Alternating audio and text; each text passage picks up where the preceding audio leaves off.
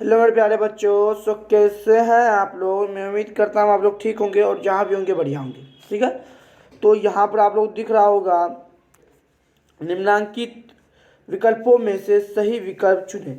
तो यहाँ पर जो सवाल दिया गया है तो उसमें हमको सही आंसर चुनना है। ठीक है, तो ये आपकी जानकारी के लिए बता दूँ, ये जो हम क्वेश्चन करने वाले हैं आज, क्लास 10th का वीवीआई क्वेश्चन है। ठीक है, वीवीआई क्वेश्चन है और साइंस का है ये। ठीक है, तो ये आप लोग को आज हम लोग को ये करना है।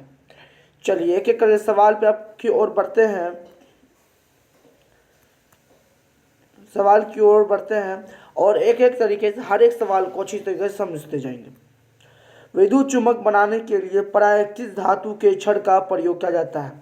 तो ये बात ध्यान रखिएगा, नरम धातु, नरम लोहा जो होता है इसका प्रयोग किया जाता है। चुंबक में दो ध्रुव होते हैं, एक होता है उत्तरी ध्रुव। ठीक है, जैसे मान लीजिए चुंबक है तो एक दो ध्रुव होता है, एक होता है उत्तरी ध्रुव और एक होता है उत्तरी ध्रुव। ठीक है, उत्तरी ध्रुव और एक होता है दक्षिणी ध्रुव, दक्षिणी ध्रुव। और चुंबक चुंबक जो है, चुंबक जो होता है उसका सजातीय सजातीय यानी उसका सजातीय ध्रुव जो होता है ना, उसमें आकर्षण बल नहीं लगता है, विकर्षण होता है। ठीक है, चुंबक, ये बात ध्यान रखिएगा, ये सवाल भी आता है, चुंबक के सजातीय ध्रुवों में क्या होता है, आकर्षण होता है, विकर्षण होता है? तो उसमें ध्यान रखिएगा विकर्षण होता है। और अगर विजातीय यानी अलग अलग ध्रुव है तो उसमें आकर्षण बल लगेगा। ठीक है, ये आप लोग को समझना है। चलिए, हमारे घरों में जो विद्युत आपूर्ति की जाती है वो क्या है? ठीक है, तो 220 भी पर दृष्ट धारा होती है, 12 भी पर, या 220 या 12 भी पर। ठीक है, प्रवृत्ति होती है, यहाँ पर ध्यान में रखिएगा। देखिए सब कुछ एक ही है। देखिए यहाँ पर एक बार, एक सेकंड आप यहाँ देखिए, सबका नंबर जो है सेम ही है, लेकिन आंसर में क्या दृष्ट धारा और प्रवृत्ति धारा दिया। और दृष्ट धारा जो होता है ये ध्यान में रखिएगा, बैटरी सुने हैं, बैटरी बैटरी भी दृष्ट धारा प्रवाहित करता है, बैटरी। ठीक है, और इसका जो राइट आंसर हो जाएगा हमारा ये हो जाएगा ऑप्शन नंबर सी, 220। ठीक है, ऑप्शन नंबर बी। चलिए अगला, किसी वस्तु का प्रतिबिंब आंख के किस भाग पर पड़ता है? तो रेटिना पर बनता है। ठीक है, रेटिना पर बनता है, रेटिना पर बनता है। और देखिए प्रतिबिंब जो होता है, दो प्रकार का प्रतिबिंब होता है, एक होता है वास्तविक प्रतिबिंब,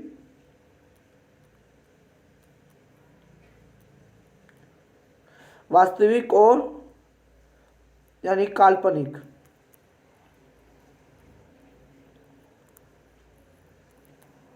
ठीक है, और ये बात ध्यान रखिएगा, आंख आंख चलिए इसका सवाल मैंने आगे लिया हुआ है तो उस वक्त मैं बताऊंगा। ठीक है, तो उस वक्त समझ में भी आएगा ज़्यादा। चलिए अगला सवाल, एक स्वस्थ आंख की दूरी बिंदु होता है, तो ये मैंने बताया भी है। एक और सवाल मैंने बताया था, स्पष्ट आंख की, नेत्र की स्पष्ट दूरी बिंदु क्या होती है? तो इसका आंसर हो जाएगा, जब बोलेगा स्पष्ट दूरी बोलेगा तो 25 सेंटीमीटर होगा। लेकिन इसके अनुसार जो होना चाहिए, सवाल जिस अनुसार है उस अनुसार ये हो जाएगा हमारा अनंत। क्या हो जाएगा? अनंत, अनंत होगा। क्या होगा? अनंत। चलिए अगला सवाल हमारा, जीवाश्म ईंधन की ऊर्जा का वास्तविक स्रोत है। जीवाश्म ईंधन कहते हैं किसको है? जीव जंतु से प्राप्त ईंधन को जीवाश्म ईंधन कहते हैं। ठीक है, जीवाश्म ईंधन कहते हैं। चलिए, तो ये आपको ध्यान में रहना चाहिए, जीव जंतु से प्राप्त ईंधन को क्या कहता है? जीवाश्म ईंधन कहते हैं। नाभिक के संलयन तो होगा ही नहीं, क्योंकि जीव जंतु से प्राप्त होता नहीं, ये कट गया। चंद्रमा जो है ये क्या होगा? प्राकृतिक ईंधन है, ये भी नहीं होगा। और सूर्य जो है ऊर्जा का, ठीक है, ऊर्जा विशाल गोला है। और हाइड्रोजन का विशाल विशाल सॉरी, हाइड्रोजन नहीं तो हीलियम से उसका कन्फ्यूजन है, मैं आप लोग को नेक्स्ट वीडियो में इसका कवर कर दूंगा। सूर्य जो है ये भी तो नहीं होगा, ये प्राकृतिक होगा, बचा कौन इनमें से? कोई नहीं। तो इसका राइट आंसर होना चाहिए, इसका राइट आंसर होना चाहिए जीवाश्म ईंधन का कोयला, पेट्रोलियम।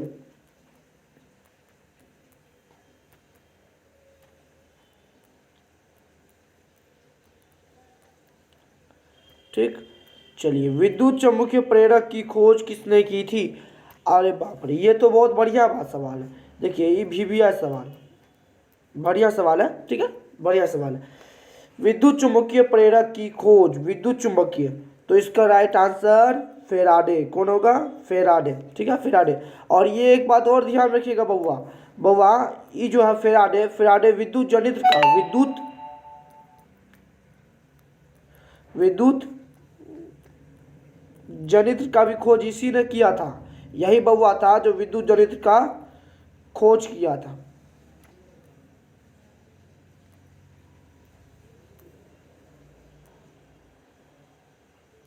ठीक है, विद्युत जनित्र का भी खोज इसी ने किया था।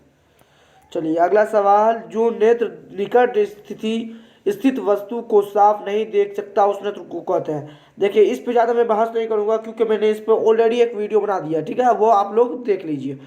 चलिए ये इसका राइट आंसर हो जाएगा दूरदृष्टि दोष। क्या हो जाएगा? दूरदृष्टि दोष इसका राइट आंसर।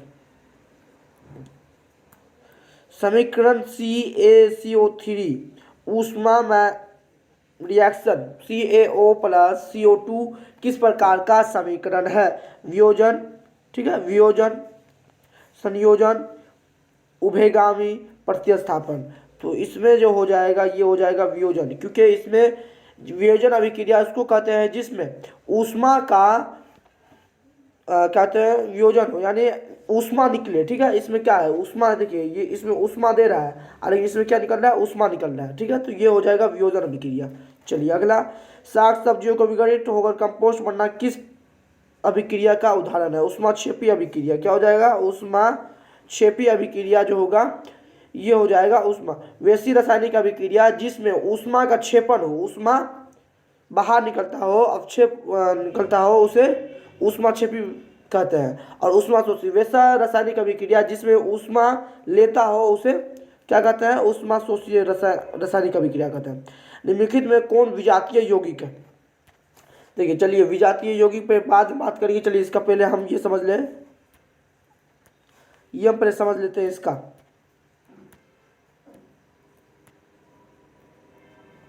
सॉरी,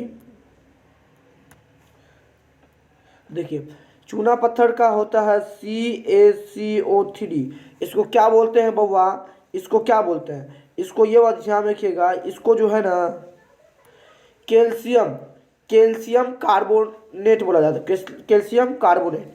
और दूसरा जो है खड़िया, खड़िया को CaOH का होल 2 भी कहते हैं, ठीक है, CaOH का होल 2 भी कहते हैं, ठीक है, CaOH का होल 2 कहते हैं। संगमरमर का,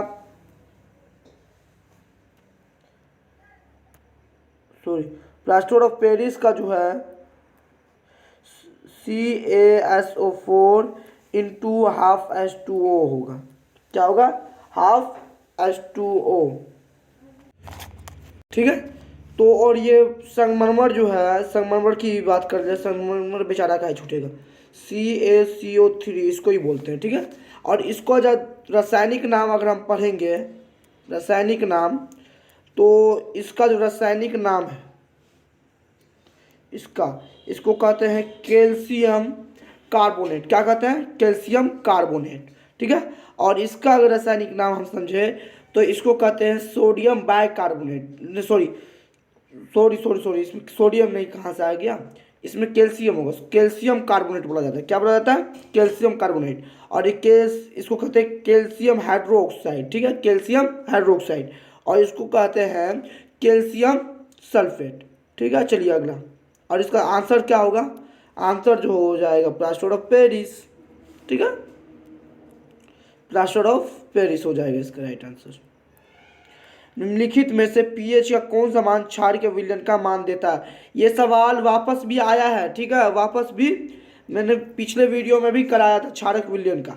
और इसका राइट आंसर हो जाएगा 13, क्योंकि मैंने बताया था एक होता है एसिड, ठीक है, एक होता है यानी अम्ल, एक होता है लवण जिसको सोल्ट बोलते हैं, एक होता है क्षार यानी ASB। कैसे याद रखना है? ASB, ए से एसिड, एस से सोल्ट, बी से बेस।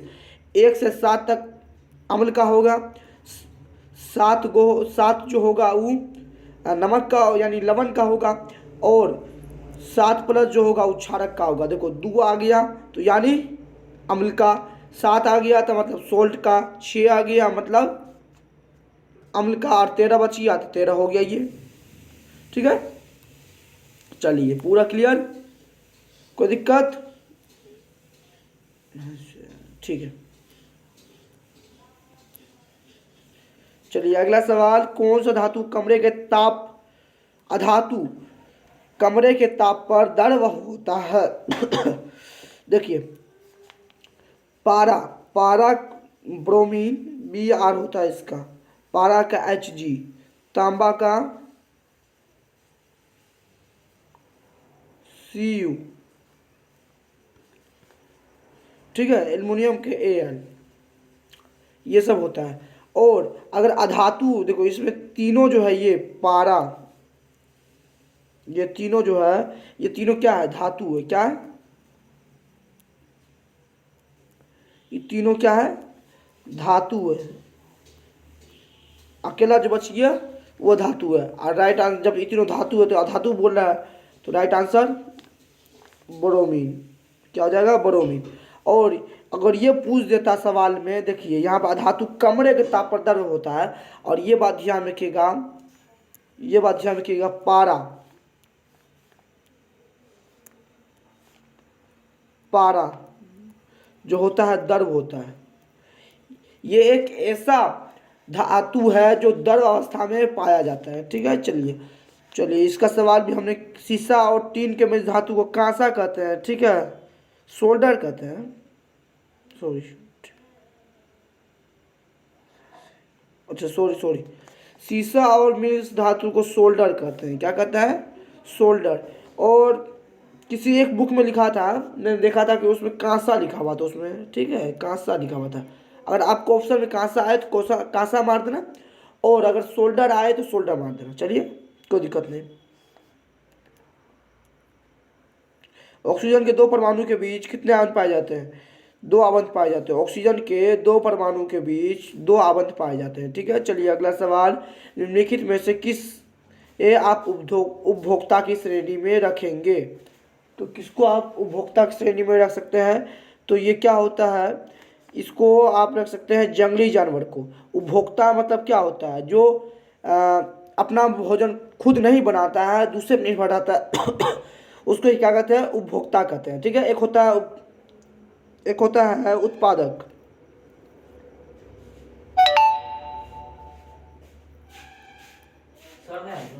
उत्पादक होता है, एक होता है उपभोक्ता, और एक होता है अपघटक। क्या होता है?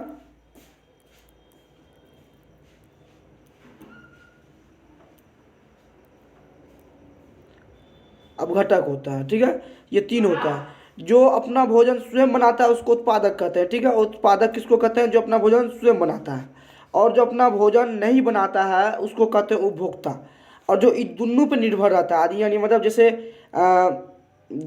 जैसे हमारा जानवर और जैसे मर जाता है तो उसको खाने का काम करता है, ये अपघटक करता है। ठीक है, तो ये हरा पौधा क्या हो जाएगा? उत्पादक, क्योंकि अपना खाना खुद बनाता है। हरित लवक जो है, ये हरीश शैवाल, ये भी अपना खाना खुद बनाता है। फूल और पत्ते तो मालूम है, हरा पौधा अगर रहता है तो ये तो अपना खुद ही बनाएगा। बचा कौन? जंगली जानवर। चलिए यही हो जाएगा राइट आंसर।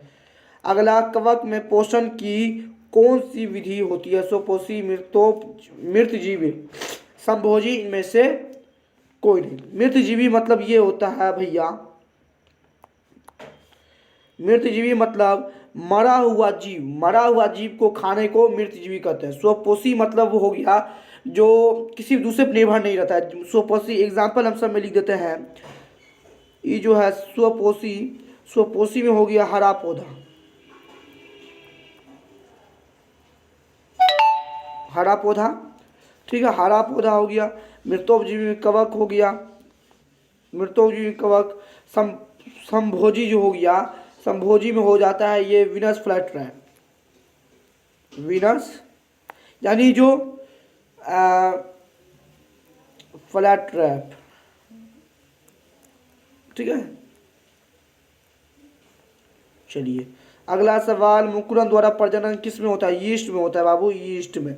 और अमीबा एक कोशिकीय जीव है, एक कोशिकीय।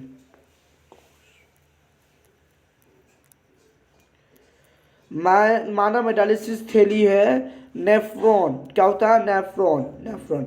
और न्यूरॉन जो है मानव शरीर की, मानव मानव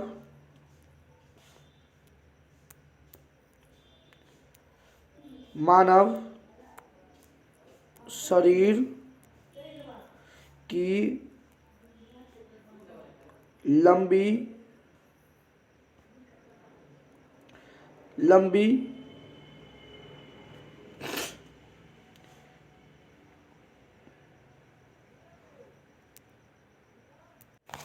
सबसे लंबी कोशिका क्या होगा? कोशिका।